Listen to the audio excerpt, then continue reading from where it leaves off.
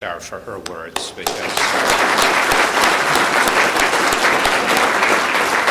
it really sounds like none of us would be together without her just singular vision on making a difference, and also all the work Tim has done as well. Sarah's correct. I serve as the executive director of the Winship Cancer Institute of Emory University. I've had the great privilege of doing this job for about 6 years. It's one of those funny stories where I never really looked to do the job, but was asked by one of the leaders of Emory to talk to him about it. And we sat out in some hot place in August about 6+ years ago, and he said, "Would you like to do it?" And I sort of spent a few weeks thinking about what it means to have a great cancer center, and what Emory can do, and what all the people involved with it could do to make Winship the very best place. And it really comes down to a few simple elements. You have to provide outstanding patient and family-focused care, and you have to educate the next generation of caregivers and researchers, and you have to do research, as Tim described, that's meaningful to either cancer prevention or cancer care. And just to sort of illustrate how we think about that, we heard from Tim about these drugs that are called anti-PD-1 drugs. And even when I was a very young faculty member 1,000 years ago, I always wondered in the place I was working, what are those people doing in the laboratories that's relevant to all the patients and all the cancer-related problems I'm seeing? So there's a fellow who's the head of the Emory Vaccine Center, who's a senior eminent scientist. His name's Rafi Ahmed. Wonderful man, hardworking, has a team of researchers, world-renowned in vaccine area. So most of his career, he's thought about how to fight infectious diseases all around the world better. He was one of the first people to understand PD-1, how to fight it, and how that relates to infectious disease. And then through his work and the work of many other talented people, including physicians, including pharmaceutical partners, including NIH and others, that observation Dr. Ahmed made with respect to fighting infection now is gone to extraordinary benefit people with melanoma, with lung cancer, and many other diseases. So no longer do I or anyone else think, why are we hiring these researchers in the labs? What does that have to do with my relative with a life-threatening cancer? The link is there, and the link becomes more and more clear every year. This is a tough disease. I had the great privilege before came to Emory 8 years ago to also work at Jefferson with Dr. Shield and Sato, and certainly working there. I saw lots of patients with ocular melanoma. Certainly with the outstanding team you'll hear about from Emory, we have another very outstanding focus of effort here. But it's really an extraordinary effort to coordinate the care of patients with a rare disease, the research and the support of the family and patients. And having a group like you come together to help understand how you can help your family member, but also how you can help advocate for the fight against this disease on a local and national basis is extraordinarily important. None of your neighbors or family members have ever heard of this disease, let alone yourselves. You know that when people think about the fight against cancer, ocular melanoma is not the first set of words that roll off their tongue.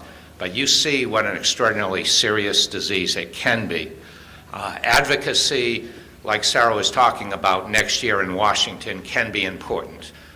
Just look at the illustration of Paula Kim and the team who advocated for the fight against pancreatic cancer. Sufficiently effective that grants, a higher percentage of grants submitted in the fight against pancreatic cancer have now been funded over the past 10 years than were before. Think about the fact that now there are tremendous advances against melanoma, usually skin-based melanoma, that we believe could be applied, but have to be applied with the right advocacy. So it's an exciting period to be working at a place like Winship.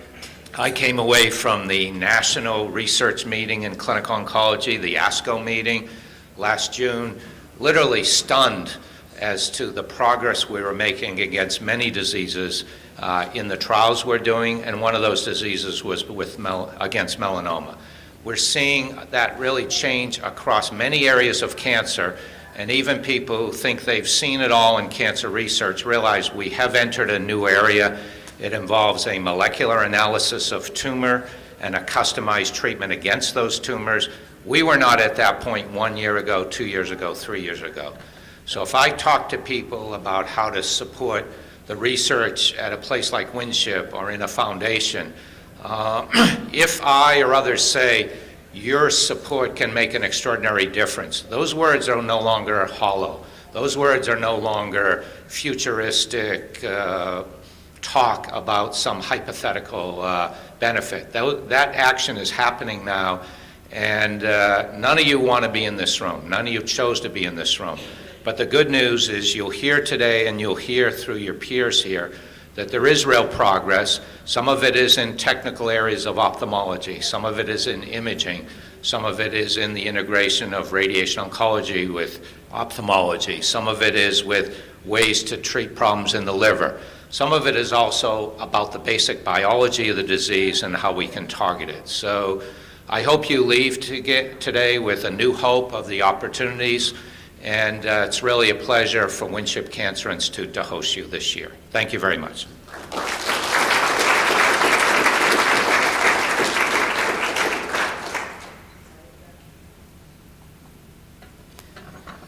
Thank you very much, Dr. Curran. Good morning. My name is Robert Cheek. I'm on the steering committee of Cure OM. I'd like to wish you all a very warm welcome here today as well. If you're wondering about my funny accent, I'm from London, England. I do still live there, and I flew in yesterday just to clear that up. So, to start with, I'd like to tell you a bit about my story and how I come to be here today, if you'll allow me. So my wife, Saskia, was diagnosed with ocular melanoma in 2010. She was in her mid-40s, and we had young children aged 8 and 5 at the time. She was treated successfully with plaque brachytherapy in London, but beyond that, it was all something of an unknown. At the time, there was a lot of variance and disagreement about the options for treatment and follow-up in the UK, as there still is today. Some physicians actually opposed any follow-up. As I'm sure we all agree in this room, receiving an OM diagnosis is firstly a huge shock. Not many of us had even heard of it before that moment. And then come all the questions. What does it mean? What can I expect? What can we do? What should we do? At that time, incredibly as it now sounds, I couldn't find a single patient-centered organization dedicated to ocular melanoma that could help with any of those questions. I couldn't easily communicate with anyone who knew much about the disease. And when I did, options seemed limited or just not available. It seemed a very lonely place to be, as others have mentioned. But luckily there was the internet, which made it possible to reach out and research things myself. Online, I managed to make contact with an OM survivor from the UK who was an inspiration and set me on a track to help me inform myself about the condition and do everything possible I could to fight it. I felt I was not just going to go away and do nothing in the face of the disease. And online, I discovered that October, there was a meeting in Boston organized by Sarah and Greg, who had been diagnosed with OM in 2006. So seeing how little there appeared to be in the UK to help patients and their families, I jumped on a plane to join them. At that meeting, I was inspired. Not only did I meet some wonderful people, but they seemed to me to be driven by a particularly American attitude of being proactive and trying to put the patient and caregivers in control of their destiny. In Britain, we are conditioned a little differently in matters of healthcare. Too often we accept the status quo rather than seek to change it. I can talk a lot about that later if anyone wants to know more. I realized it was possible to find others who were going through similar journeys, and also wonderfully dedicated and talented medical practitioners focusing on this disease. I connected with as many patients and caregivers as I could, We exchanged experiences, stories, knowledge, emotions, fears. It taught me to be positive, to see my role as a caregiver as an advocate and fighter, to assemble a team to battle this thing and attempt to assert some control in a difficult situation. Sarah and Greg and their family were so welcoming and hospitable, I felt instinctively inclined to join them somehow and help support them and their efforts. So now, no matter how annoying junk or spam emails are, or the avalanche of unwanted marketing mail-outs and social media posts, I still remember that there are good things about the internet, important, transformative things. Sarah and I kept in touch, and I began hearing about her emerging ideas to take forward her efforts towards mobilizing the OM community and building on the success of that first patient and scientific meeting. One of the big problems was that as a very rare orphan disease, as Dr. Curran just spoke about, it was difficult to think of how we could have a voice amidst all the equally worthy, more well-known cancers. It was also hard to see how an organization of such a specialized but select constituency could grow or achieve a critical mass. So that's when it got very exciting because of the Melanoma Research Foundation and the idea of establishing something focused on OM, but within a larger, effective, well-established and experienced non-profit advocacy organization. In fact, the largest independent national organization devoted to melanoma in the USA. If we could harness the experience, dedication, and know-how of Tim Turnham and his team and learn from them, and at the same time address a subset of the melanoma patients the MRF is there to serve, then it could be a win-win. Both organizations could benefit. So I was honored to be asked by Sarah and Tim back in 2011 if I wanted to be part of the first steering committee of Cure-OM. I didn't hesitate. So where are we now, just over 4 years later, and what is our community vision? Well, Cure-OM stands for Community United for the Research and Education of Ocular Melanoma. In the name, we tried to encapsulate the vision. Taking the C and the U for Community United, what do we mean by the community? Well, for us, the community means everyone involved in OM. Patients, caregivers, physicians, clinicians, researchers, eye specialists, oncologists, surgeons, radiologists, all the staff at the MRF, social workers, and partners in centers across the USA and the world, such as the wonderful team from Emory here today. Too often, we can be divided as individuals by the roles that OM assigns us. Patients sometimes can only see the professional physician on the other side of the consulting room, not the person. Physicians can sometimes see the physical manifestations of the disease, but not the whole individual. By trying to bring us all together in a unified community, and this kind of meeting is one of the main ways we try to achieve that, we take just a few moments to recognize that whatever our connection to OM, we are ultimately just a collection of humans trying to do their best. It's always emotional and inspiring to feel this sense of togetherness in the face of such a difficult disease.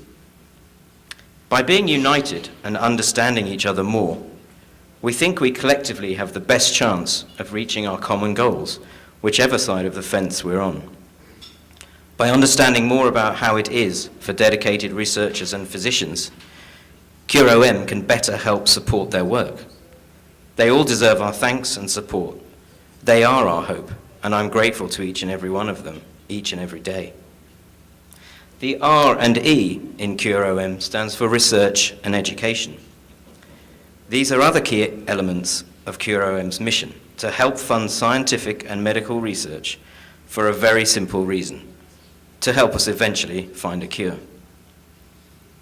I did say the name tried to encapsulate it.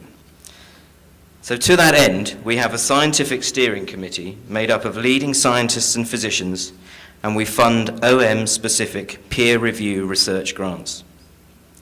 So far, we've funded 4 research grants and have 2 pending, totaling over $1.2 million. And you can read more about these grants by reading the abstracts on the sheets of paper at the tables. They do cover some of the most innovative and groundbreaking areas of OM research. The MRF has a lot of experience awarding research grants and understands the necessity of a robust and strict application and reviewing process. But it also has experience of thinking about how best to make perhaps modest funding go a long way. That's one of the huge benefits of being part of the MRF. We also hold biannual scientific symposia where the latest research is discussed and disseminated, and hopefully new approaches and cross-specialty ideas are allowed to flourish, as Sarah mentioned. And developments in the scientific realm are then reported back to the patients and caregivers at this annual patient caregiver symposium. And we'll all hear a fair bit about more of that later in the weekend. And education, along with advocacy, are also key to our vision. The more people we can educate about the disease, the better the chances of improving things for patients. The stronger the advocacy, the more profile and funding we can raise to fuel that research. We have education and support activities, as you can see from the lists in the folders. And some of these include a buddy program, educational webinars, lists of questions to ask your doctors, an Ask a Nurse helpline, and more. These activities and materials help provide help and advocacy for patients and caregivers, and also to educate more generally about the disease. And as you've heard some from Sarah, and we'll hear more about tomorrow, we had an extremely successful first Cure OM Unite campaign, and are now gearing up for this year's campaign. There's a session tomorrow which will tell you everything about what it is and how to get involved. Since 2011, Cure OM has expanded internally.